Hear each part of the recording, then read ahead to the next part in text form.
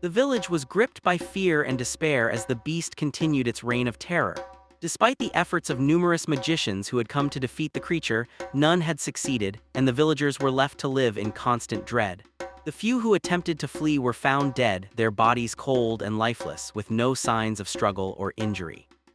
I will make the whole world under my feet, I will make them worship me, I will drink their blood like wine. I need your blood, am hungry, Anti-Thristy Part 1. This is a story of a young boy named Akin. Akin was a young orphan who lives alone after his parents has passed away. He was very hard-working and ambitious. I will make the whole world under my feet, I will make them worship me, he will say, and people around will just laugh because he was always saying it all the time, and it became a very normal thing to hear from villagers and they make fun of him. Akin, calm down, you haven't even seen food to eat well in a day and you're already thinking of ruling and controlling other people, some will say, mocking him.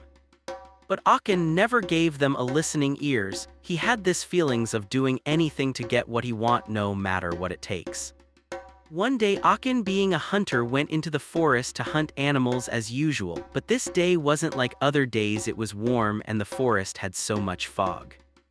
Akin in the fog spotted a white rabbit which he immediately started chasing, and the rabbit led him to a stranger in a forest. Seems like the rabbit was his pet. Oh, I almost got that animal, you're a hunter too? Akin asked the strange man. Instead of him to reply Akin, he smiled, petting his rabbit. Akin, stunned, this forest is full of beasts, how will you bring such a creature here if you truly care for it? Ask again.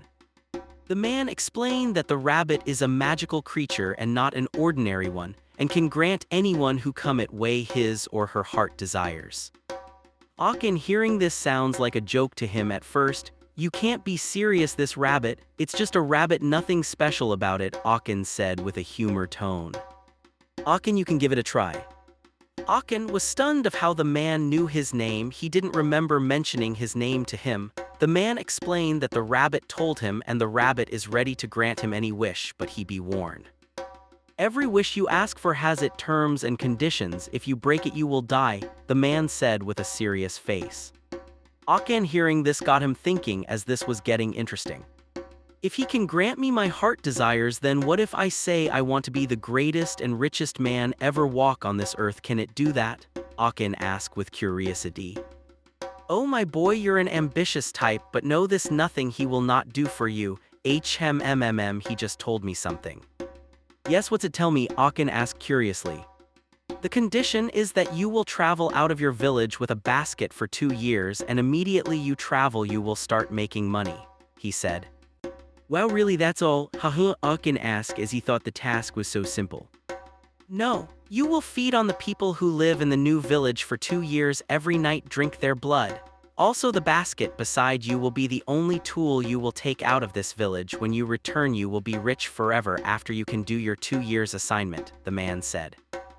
How will I feed on my fellow human? I can't even fight, am not even strong, Akin said, but he remembered how the villagers always make fun of him as he was chasing clouds and his dreams will never come to life. Akin, remembering this, accepted the terms, and the next day he took the basket he was given out of his old village to a new one. As Akin traveled to the new village, he felt a strange sensation wash over him. The basket in his hand seemed to be pulsing with an otherworldly energy. Suddenly his body began to change. His senses grew sharper, his senses of smell and hearing became more acute. His body hair grew longer and thicker, his nails turned into razor-sharp claws. Akin looked down at his hands and screamed as he realized he was transforming into a beast. The villagers, unaware of Akin's transformation, welcomed him with open arms. They saw a stranger, tired and weary, carrying a mysterious basket.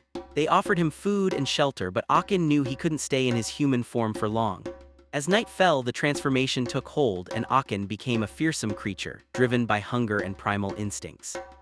With each passing night, Akin's beastly form grew stronger, and he began to feed on the villagers, drinking their blood and terrorizing the community. By day, he would return to his human form, hiding in the shadows, tormented by guilt and shame.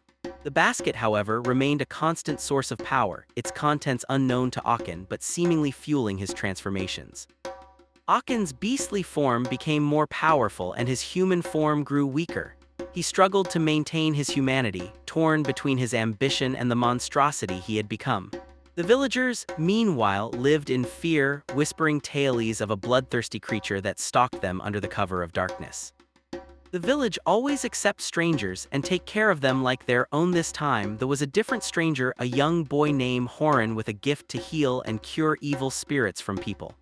Akin could feel the mermaid energy the young boy carry and always makes excuses whenever the boy comes to visit him. The boy said he heard the beast that has been killing people and taking their blood at night and has come to fight the beast and set them free.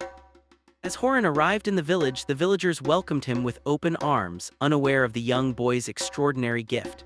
Akin, still struggling with his dual identity, sensed the powerful energy emanating from Horan and grew increasingly agitated. Every time Horan visited him, Akin would lash out, accusing the boy of being a threat to his very existence. Horan, however, seemed unfazed by Akin's accusations. With a calm determination, he revealed that he had heard about the beast terrorizing the village and had come to put an end to its reign of terror. Akin's instincts screamed at him to attack Horan to protect his secret, but a part of him was drawn to the boy's courage and conviction. As night fell, Horan prepared to face the beast, armed with his gift and an unwavering resolve. Akin, torn between his loyalty to his monstrous form and his growing fascination with Horan, waited anxiously, unsure of what the night would bring. The next morning, the village was plunged into mourning, with the news of Horan's tragic death spreading like wildfire. The villagers were shocked and saddened by the loss of the young boy who had come to their village with a selfless intention to help. As the reality of the situation sank in, whispers and rumors began to circulate, with some attributing the beast's actions to the wrath of their gods and ancestors. Akin, still grappling with his dual identity, was consumed by a mix of emotions: guilt, grief, and a hint of relief that his secret remained safe. However, the weight of Horan's sacrifice and the village's suffering hung heavy on his conscience. As the villagers began to prepare for Horan's funeral, Akin couldn't shake off the feeling that his time was running out. Would he be able to complete the 2-year term and claim his reward, or would the darkness within him ultimately consume him? The memory of Horan's bravery and determination lingered, haunting Akin and forcing him to confront the monster he had become. The village was gripped by fear and despair as the beast continued its reign of terror. Despite the efforts of numerous magicians who had come to defeat the creature, none had succeeded, and the villagers were left to live in constant dread. The few who attempted to flee were found dead, their bodies cold and lifeless, with no signs of struggle or injury. Akin, now deeply entrenched in his dual identity, watched the village's descent into chaos with a mix of emotions. As the beast, he was driven by an insatiable hunger and a primal urge to feed. As Akin, he was tormented by the suffering he was causing and the weight of his own guilt. With only a few months left to complete his mission, Akin's anxiety grew.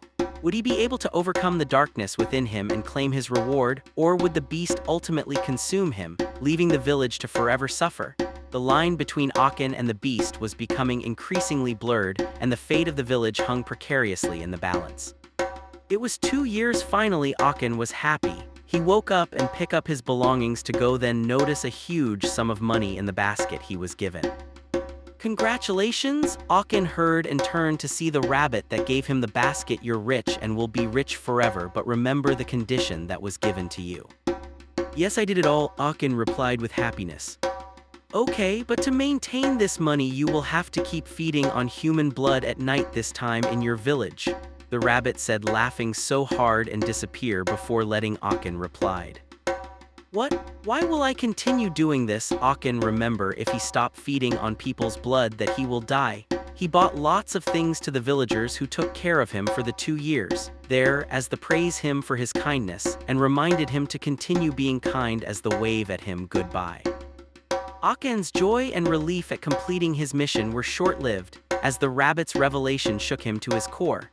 The thought of continuing to feed on human blood in his own village, among people he had grown to care for, was unbearable. The weight of his darkness and the moral implications of his actions crushed him. As he walked away from the village, Akin couldn't help but wonder if his wealth and power were worth the cost of his humanity. He had become a monster,